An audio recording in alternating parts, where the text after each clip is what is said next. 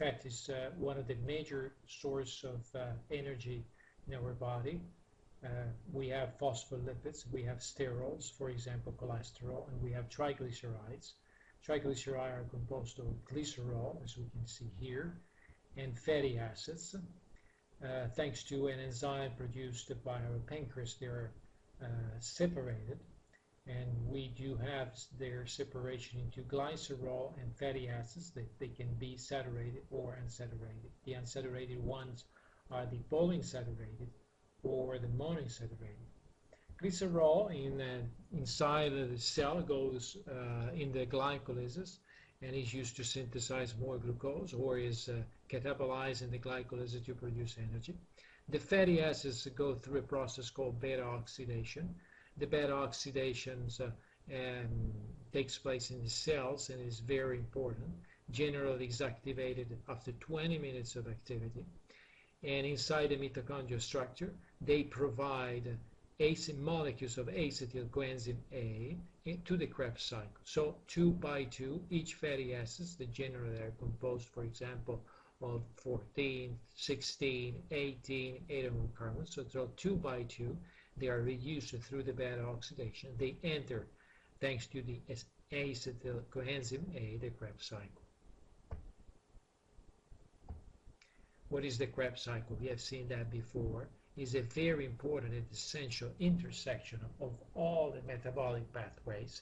Actually connects the metabolic of proteins, lipids, and carbohydrates. It is used both to catabolize but also to synthesize new molecules. Generally, not generally, in all our cells is combined to the respiratory chain in order to produce ATP. That, as we said before, is the major and the only source of energy used by our body, especially, for example, the actin and myosin, the contractile proteins that helps our muscle to contract and make movement. One reaction that I would like to take your attention is this one. We know that through the glycolysis, glucose is converted to pyruvate. And to pyruvate, it enters the Krebs cycle to produce oxaloacetate. This molecule is essential because it's combined with acetyl coenzyme A in order to enter and be transformed completely in the Krebs cycle. This reaction is essential to understand one thing, that in order to burn more fats, we need glucose. We don't need an excess of glucose, but we need glucose, and we need to provide glucose to our body, either through the reserves that we have inside our muscle and liver, but also through nutrition. And this is a very important reaction because it helps you understand that all the diets that eliminate carbohydrates are not correct, simply because they force your body to use your reserve.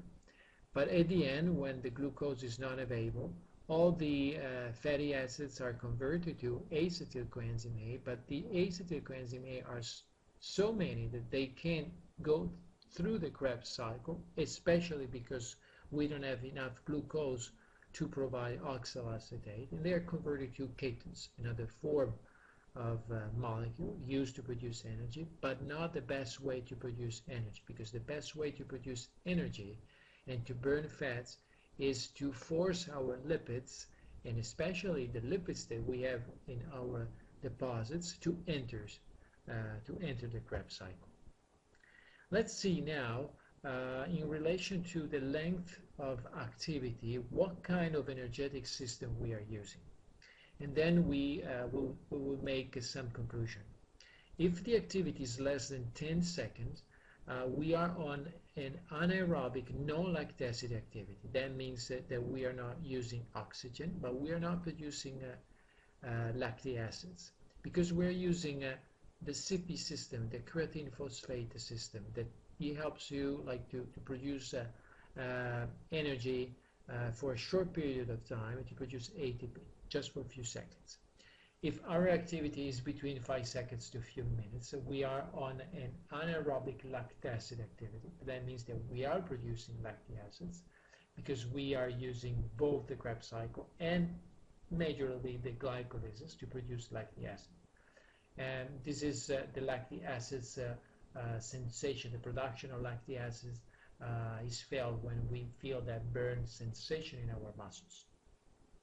Lactic acids is not good that it stays in your muscles, so is absorbed. It goes through the bloodstream.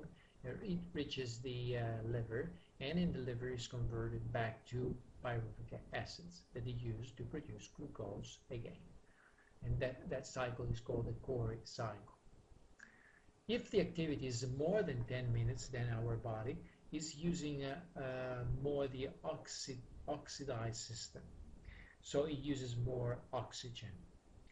And that is the best activity, actually.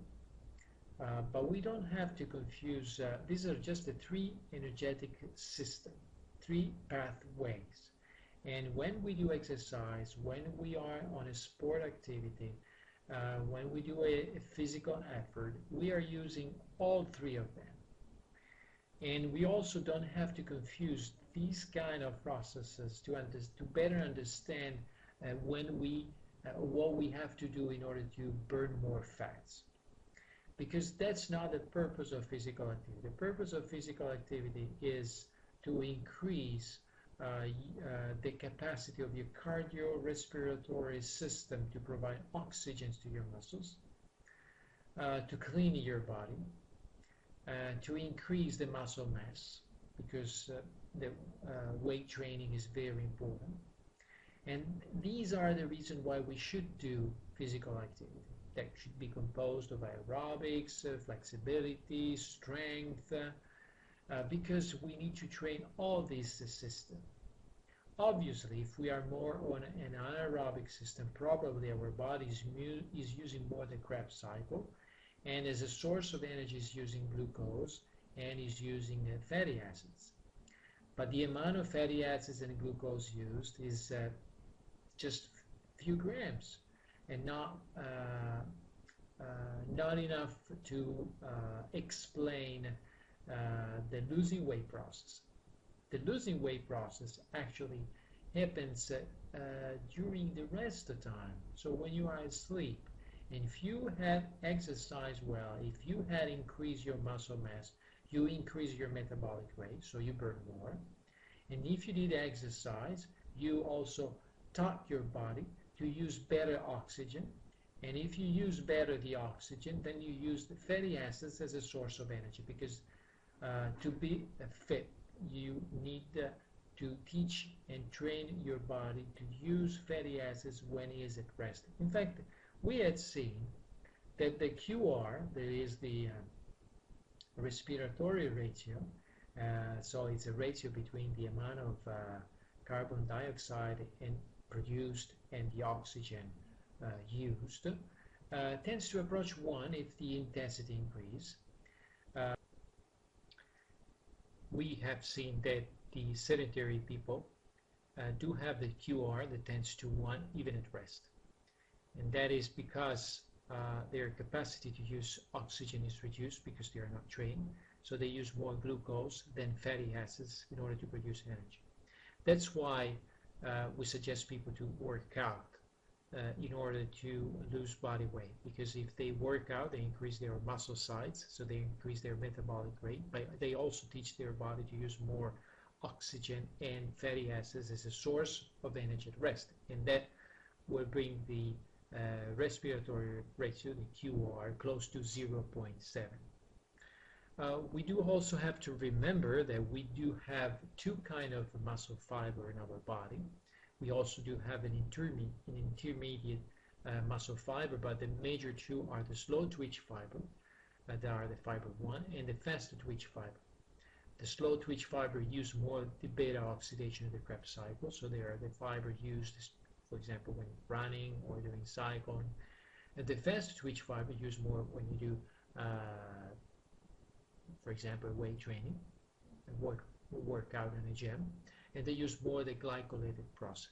They are both important because the fast twitch fiber needs to be worked out in order to increase the muscle mass, and the slow twitch fiber needs to be worked out in order to teach them and train them to use more fatty acids and better use the oxygen especially a rest time. So this concludes our section on source energy, and through these, especially this last one, we could better understand what kind of energetic system our body is using when we work out. So if we do sprints, if we do weight training, we use more the glycolysis, a little bit of Krebs cycle, and the CP system. If we do long-lasting activity, we use more the oxidative process, and that would be the beta oxidation and the Krebs cycle. That is the best way to use energy. The same one that is used at rest time, especially if we are trained and if we work out our muscle.